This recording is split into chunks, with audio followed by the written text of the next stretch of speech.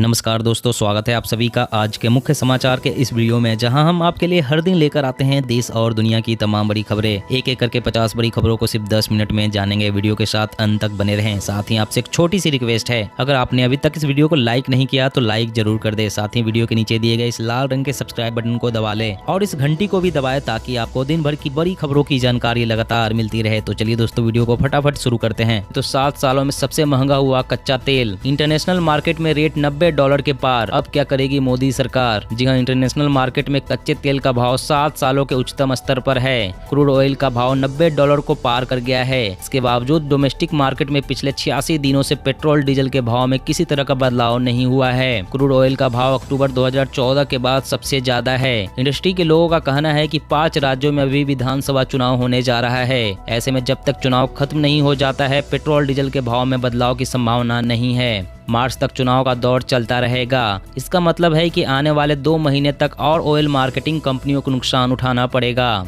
और अगली बड़ी खबर की बात करें, झारखंड के लोगों को लगेगा बिजली का झटका। बिजली बिल में 30% इजाफा की तैयारी। जी हां, झारखंड के बिजली उपभोक्ताओं को बिजली का झटका लग सकता है। झारखंड बिजली वितरण निगम लिमिटेड ने वित्तीय वर्ष 2022-23 से बिजली की दर में 30% तक की वृद्धि का प्रस्ताव दिया है। झारखंड राज्य विद्युत नियामक आयोग को भेजे गए प्रस्ताव को हरी झंडी मिलते ही JBVNL के 40 लाख उपभोक्ताओं की जेब पर बोझ बढ़ेगा। प्राप्त जानकारी के अनुसार बिजली की दर में 30% तक इजाफा करने का प्रस्ताव है। राज्य सरकार विशेषकर घरेलू उपभोक्ताओं पर बिजली की बढ़ी हुई दर की मार कम पड़े, इसके लिए सब्सिडी देती आ रही है। प्रति यूनिट सब्सिडी का निर्धारण नई बिजली दर के निर्धारण के बाद किया जाता है। और अगली बड़ी खबर की बात करें तो समुद्र में दुश्मनों की हर चाल पर होगी भारत की पैनी नजर। INS उत्कर्ष में शामिल हुआ स्वदेशी लाइट हेलीकॉप्टर MK3। जी हां, अपने दुश्मनों की हर नापाक चाल को समय पर शिकस्त देने के उद्देश्य से भारत समुद्र में अपनी शक्ति को लगातार बढ़ावा दे रहा है। समुद्र में अपना प्रभुत्व जमाए रखने की दिशा में भारत द्वारा एक और मजबूत कदम उठाया गया है। जानकारी के मुताबिक स्वदेशी एडवांस लाइट हेलीकॉप्टर MK3 विमान को औपचारिक रूप से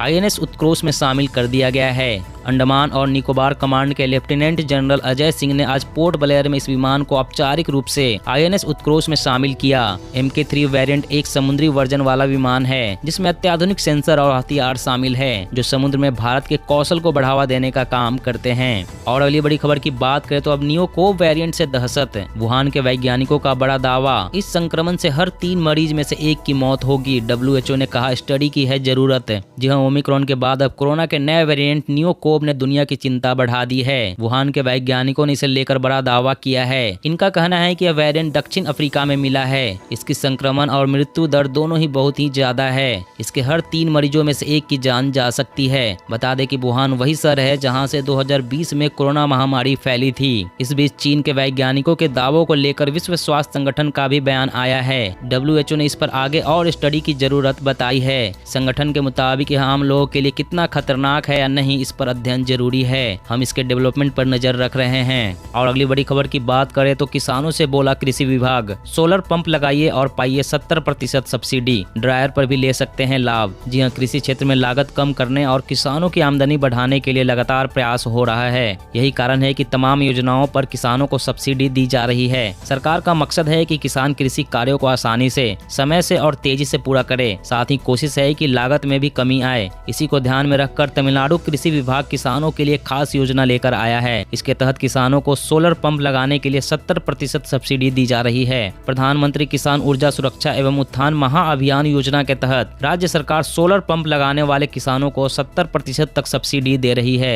राज्य के कृषि विभाग ने किसानों से अपील की है कि किसान इस योजना का ज्यादा से ज्यादा लाभ उठाएं। सोलर पंप से सिंचाई के काम में तेजी आएगी। और अगली बड़ी खबर की बात करें तो इंसान से राइफलों को नए हथियार AK-103 से बदलेगी भारतीय वायुसेना। भारत की युद्ध क्षमता को मिलेगा बढ़ावा। भारतीय वायुसेना ने आपातकालीन खरीद के हिस्से के रूप में रूस से 70,000 AK-103 असल्ट राइफल खरीदने के लिए एक समझौते पर हस्ताक्षर किए हैं। नए अधिग्रहित हथियार, जिनका उपयोग वर्तमान में उपयोग में आने वाले इंसान राइफल्स के मौजूदा शस्त्रागार को बदलने के लिए किया जाएगा, अगले कुछ महीनों में जल्द ही आने की संभावना है। नए हथियारों से एक चिन्हित अपग्रेड लाने की उम्मीद है। आतंकवादी हमलों से बेहतर तरीके से निपटने के लिए भारत की युद्ध क्षमता को बढ़ावा मिलेगा। और अगली बड़ी खबर की बात करें तो मास्क मास्क पहनते हैं तो रहिए टेंशन फ्री। ओमिक्रॉन भी नहीं बिगाड़ पाएगा कुछ, 225 गुना कम हो जाता है खतरा। कोरोना वायरस से सुरक्षा में सोशल डिस्टेंसिंग से ज्यादा बड़ी भूमिका मास्क निभा सकता है। इस बात की जानकारी हाल ही में प्रकाशित हुए एक स्टडी में मिली है। शोधकर्ताओं ने पाया है कि केवल 3 मीटर दूरी की तुलना में चेहरे पर कवर का इस्तेमाल करने से जोखिम 225 गुना कम हो सकता है। कोरोना वायरस महामारी की शुरुआत से ही एक्सपर्ट्स मास्क की अहमियत समझा रहे हैं। नए वेरिएंट ओमिक्रॉन से बचाव में भी एक्सपर्ट्स ने हाथों की सफाई, सोशल डिस्टेंसिंग के साथ साथ मास्क के उपयोग की बात कही है। स्टडी से पता चलता है कि केवल सोशल डिस्टेंसिंग करने से बेहतर मास्क है। वहीं कोरोना से संक्रमित होने का जोखिम मास्क का टाइट और मजबूत होने पर निर्भर करता है। अब 28 नहीं 30 दिनों की वैलिडिटी वाला होगा मोबाइल रिचार्ज। ट्राई ने टेलीकॉम कंपनियों को दिए निर्देश।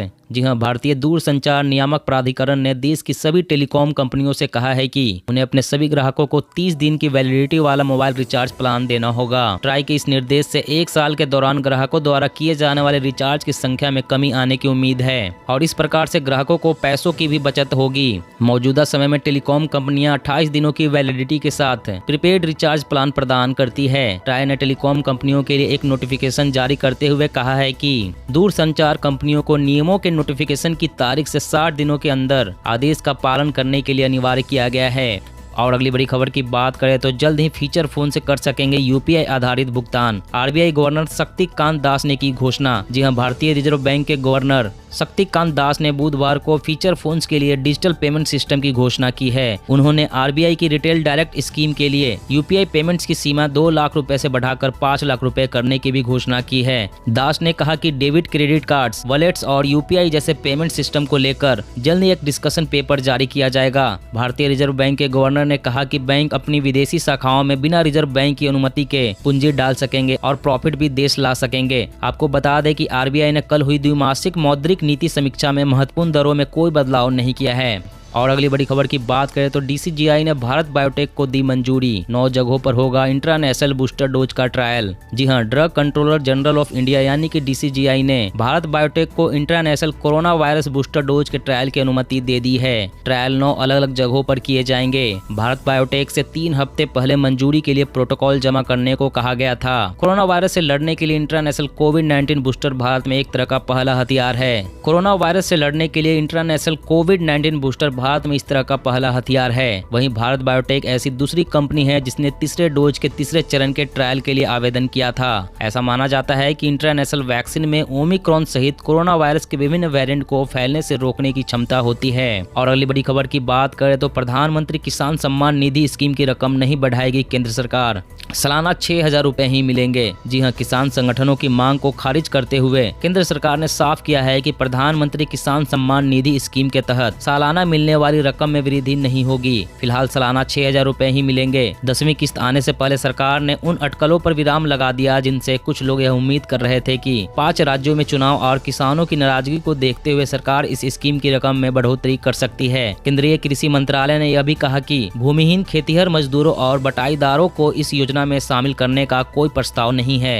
योजना का लाभ भूमि धारक किसानों को ही मिलेगा। उस पर भी यह शर्त है कि राज्य सरकार उसे किसान मानकर वेरीफाई करे, क्योंकि राजस्व राज्य का विषय है। और अगली बड़ी खबर की बात करें तो सुप्रीम कोर्ट ने सुनाया अहम फैसला। प्रमोशन में आरक्षण के मुद्दे पर शर्तों को कम करने से किया इनकार। जी हां, सुप्रीम कोर्ट ने सरकारी नौकरियों में अनुसूचित जाति और अनुसूचित जनजाति को पदोन्नति में आरक्षण देने के मुद्दे पर अहम फैसला सुनाया है। शीर्ष अदालत ने SC/ST के लिए आरक्षण की शर्तों को कम करने से इनकार कर दिया है। सुप्रीम कोर्ट ने फैसला सुनाते हुए कहा कि बिना आंकड़े के नौकरियों में प्रमोशन में रिजर्वेशन नहीं दिया जा सकता है। प्रमोशन में रिजर्वेशन देने से पहले राज्य सरकारों को आंकड़ों के जरिए साबित करना होगा कि SC/ST का प्रतिनिधित्व कम है। समीक्षा अवधि केंद्र सरकार द्वारा निर्धारित की जानी चाहिए। इससे पहले शीर्ष अदालत ने कहा था कि वह SC/ST को पदोन्नति में आरक्षण देने के अपने फैसले को फिर से नहीं खोलेगा, क्योंकि यह राज्यों को तय करना है कि वे इसे कैसे लागू करते हैं। और अगली बड़ी खबर की बात करें तो दिल्ली में पेट्रोल लेने से पहले दिखाना होगा PUC सर्टिफिकेट। बहुत जल्द फैसले पर लग सकती है मुहर। जी हां, दिल्ली सरकार जल्द ही पंपों पर पेट्रोल डीजल भरने के लिए PUC सर्टिफिकेट अनिवार्य अनिवार्य करेगी। दिल्ली के पर्यावरण मंत्री ने कहा कि यह नीति हमारी मदद करेगी कि प्रदूषण फैलाने वाले वाहन को किस तरह दिल्ली में चलने से रोका जाए और यहाँ लोग स्वच्छ हवा में सांस ले सके।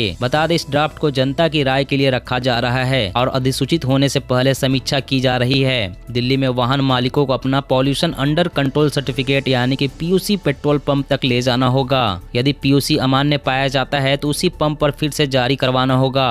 दिल्ली के खराब वायु गुणवत्ता स्तर को देखते हुए इस कदम से सड़कों पर गैर प्रदूषणकारी वाहन देखने को मिलेंगे। दोस्तों, आज की खबरों में बस इतना ही। इसी तरह रोज काम की खबरें जानने के लिए आप हमेशा हमारे साथ जुड़े रहें। हमारे साथ जुड़ने के लिए वीडियो के नीचे दिए गए इस लाल रंग के सब्सक्राइब बटन को दबा लें और साथ ही इस घंटी को भी दबाएं ताकि आपको हर खबर की सटीक जानकारी मिल सके। जय हिंद, जय भारत।